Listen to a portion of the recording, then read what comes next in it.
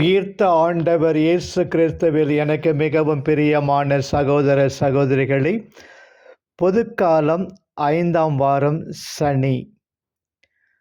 அரசியல் பிளவு சமய பிளவுக்கு அடிப்படையாய் இருக்கிறது.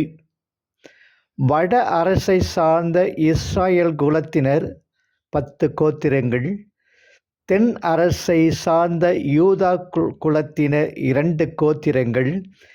இவ்விரு குலத்தினருக்குமிடையே தோன்றிய அரசியல் முறிவு வட அரசை சார்ந்தவர்கள் எருசலேமுக்கு செல்லாது தங்களுக்கென தாங்களே பலிபீடங்கள் கட்டி வழிபட காரணமாகிறது.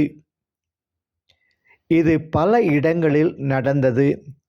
யெரொபெயாம் மூலம் இந்நிகழ்ச்சி நடந்ததை சுட்டுகிறது இன்றைய வாசகம். யெரொபெயாமின் பாவம். ஒரேபு மலை அடிவாரத்தில் ஆரோன் பொன் அணிகளால் கன்றுக்குட்டி செய்து, இஸ்ராயேலே, உன்னை எகிப்து நாட்டினின்று நடத்தி வந்த உன் தெய்வங்கள் இவையே, விடுதலை பயணம் 32:1-6 என்று கூறி இஸ்ரவேலரை திசை திருப்பியது போலவே யெரொபெயாமும் பொன்னால் 2 கன்று குட்டிகளை செய்து, இஸ்ராயேலே, இதோ எகிப்து நாட்டினின்று உங்களை மீட்டு வந்த உங்கள் தெய்வங்கள், விடுதலை பயணம் 12:28 என்று சொல்லி தன் மக்களை பிற தெய்வ வழிபாட்டுக்கு அடிமைகள் ஆக்கினான். இது மட்டுமன்று, பேத்தல், தான் என்ற 2 இடங்களிலும் இவற்றை வைத்து மக்கள் எருசலேமுக்கு செல்லாது தடுத்தான். மேலும் பல இடங்களில் கோயில்கள் கட்டி லேவியரினத்தை சேராதாரை குருக்களாக்கி விழாக்கள் கொண்டாடினான். என்னை தவிர வேறு தெய்வங்கள் உனக்கிருத்தல் ஆகாது, விடுதலை பயணம் 20:1-6 என்ற இறைவனின் கட்டளையை இஸ்ரவேல் குலத்தார் மீறும்படி செய்தான்.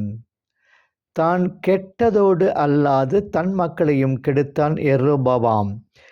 நம்முடைய வாழ்விலும் நாம் வெளிப்படையாக பிற தெய்வங்களை வழிபடாவிட்டாலும் பிற பொருட்களையும் நபர்களையும் தெய்வத்துக்கு அடுத்த நிலையில் வைத்து தீப தூப மலர் ஆராதனை செய்வது இல்லையா? மண், பெண், பொன் ஆகியவற்றிற்கு நாம் அடிமைப்பட்டு வாழும்போது நாமும் யெரொபெயாமை விட உயர்ந்தவர்கள் அல்லவே? நாம் பாவம் செய்வதோடு மட்டுமன்றி பிறரையும் பலமுறை பாவங்களுக்கு இட்டு சென்றதில்லையா? நமது வாழ்விலே தெய்வமென அரசாட்சி நடத்தும் குட்டி தேவதைகள் யார்? அவர்களை அல்லது அவற்றை இனம் கண்டு அழித்தொழிப்போமா? பொறாமையே பாவத்திற்கு காரணம். தம்பி ஆபேலின் மேல் கொண்ட பொறாமையால் காயினின் முகம் வாடியது. தொடக்க நூல் 4:6. அப்பொறாமையே அவன் ஆபேலை கொல்ல காரணமாகியது. யூதாவின் அரசன் யெரொபெயாம் தன் மக்களை எருசலேமுக்கு போக விடாமல் தடுத்து பிற தெய்வங்களுக்கு வழிபாடு செய்து வைத்தான். 1 அரசர் 12:27. இவ்விரு நிகழ்ச்சிகளிலும் நடப்பது கொலையே. காயின் தன் தம்பியை கொலை செய்தான், யெரொபெயாம் தம் ஆண்டவரையே கொலை செய்தான் எனலாம். பொறாமை கொள்பவர்கள், சொல் தவறுபவர்கள், மதிக்கெட்டவர்கள், பாசமற்றவர்கள், இரக்கம் அற்றவர்கள். ரோமையர் 1:31-32 என்பது உண்மை. ஊனியல்பின் செயல்களில் ஒன்றாக, தகாத நடத்தையின் வெளிப்பாடாக, கண்ணியமற்ற வாழ்வின் குணங்களிலே ஒன்றாக, விளக்க வேண்டிய குற்றங்களில் ஒன்றாக, கடவுளின் அரசுக்கு எதிர்ப்பட்ட குணமாக பொறாமையை பவுலடியார் குறிப்பிடுகிறார். ரோமையர் 1:29, 30, 13, 1 கொரிந்தியர் 5:10-11, 6:9-10, கலாத்தியர் 5:19, கொலோசியர் 3:5-8, 1 தீமோத்தேயு 6:4, தீத்து 3:3. எனவே பொறாமையை நம் வாழ்விலிருந்து அகற்றுவோம்.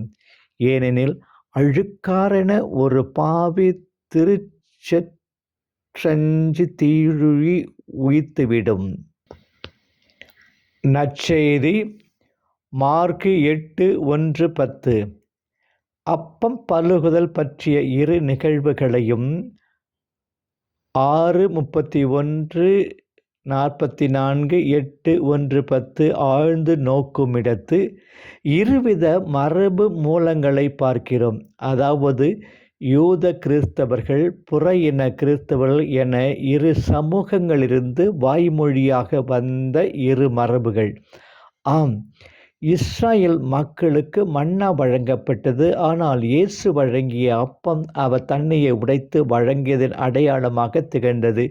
இயேசுவை கூறுகிறார், நானே உயிர்தரும் உணவு. மக்கள் வயிறார உண்டனர். இந்நிகழ்வை அருள்வாழ்வு உணவு என்று வெறும் அருள்வாழ்வு பொருள் கொடுப்பது மட்டும் போதாது. ஏனெனில் இயேசு பசித்த மக்களுக்கு புசிக்க கொடுத்தார், பட்டினியாய் இருந்த மக்களை நிரப்பினார், உண்டி கொடுத்தோர் உயிர் கொடுத்தோரே. இவர்களை வீட்டுக்கு பட்டினியாக நான் அனுப்பினால் வழியில் சோர்ந்து விழுவர் என்ற இயேசுவின் ஆழ்ந்த அக்கறையை நாமும் உணர வேண்டும் என சீடர்கள் வழியாக கற்பிக்கிறார். நற்கருணையை ஒரு அருள்வாழ்வு உணவு என்று மட்டும் சொல்லிக்கொண்டு உண்ண உணவின்றி இருக்கும் மக்களிடம் வழிபாட்டு பணி மட்டும் செய்வதில் அர்த்தமில்லை என இந்நிகழ்வு அறிவிக்கிறது. இன்று திரு அவை கோடிக்கணக்கான மக்களுக்கு எவ்விதம் உணவு அளிக்க முடியும்? இந்த கேள்வியைத்தான் சீடர்களும் கேட்டனர். இத்தனை பேருக்கு எப்படி உணவு வழங்க முடியும்? இயேசு வழி காண்பித்தார். உள்ளதை வைத்து படைப்பாற்றலோடு செயல்பட்டார். நாமும் இயற்கை வளத்தையும் நம் ஆற்றலையும் பயன்படுத்தி புதிய முறைகளை காண வேண்டும் என தூண்டுகிறார். பசித்த மக்களுக்கு கடவுள் அப்பமாகத்தான் தோன்ற வேண்டும் என்று காந்தியடிகள் கூறியுள்ளார். சமபந்தி, பகிர்வு பந்தி. 7 அப்பங்களை பெற்று எல்லோருக்கும் பிட்டு பரிமாற செய்கிறார். பகிர்ந்து உண்டால் பசி யாரும் எனும் உண்மையை விளக்க வைக்கிறார். பகிர்ந்து உண்டால்தான் சமபந்தி நிகழ முடியும் என்பதை தெளிவாக்குகிறார். கொரிந்து திரு அவையிலே இப்பகிர்வு இல்லாத நிலையில் அன்பு விருந்து நடந்தது. எனவே தான் பவுலடியார் குமுறினார். உண்பதற்காக நீங்கள் ஒன்று கூடி வரும்போது ஒருவர் மற்றவருக்காக காத்திருங்கள். ஒருவருக்கு பசித்தால் அவர் தம் வீட்டிலேயே உணவருந்தட்டும். அப்போது நீங்கள் கூடி வருவது உங்களுக்கு தண்டனை தீர்ப்பை வருவிக்காது. 1 கொரிந்தியர் 11:33-34. இன்றைய சமுதாயத்தில் பசி தீர்க்க மதிய உணவு கொடுத்தால் மட்டும் போதாது. நாட்டின் கிடங்குகளில் இருக்கும் தானியங்களை அவ்வப்போது பகிர்ந்து கொண்டால் மட்டும் உணவு பற்றாக்குறை நீங்காது.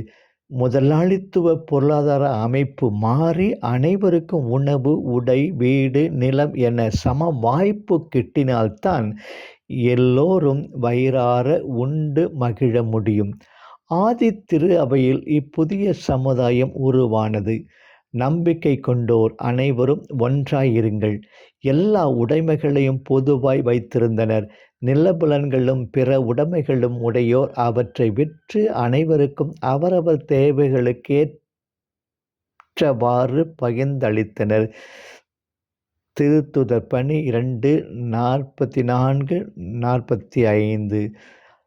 தொன்ம திரு அவையில் நடந்தது போல நமது திரு அவையும் நம் வாழும் ஊர்களில் நடத்திட செயல்படுத்திட வரம் வேண்டுவோம். ஆண்டவர் நம்மை நிறைவாக ஆசீர்வதிப்பாராக. ஆமென்.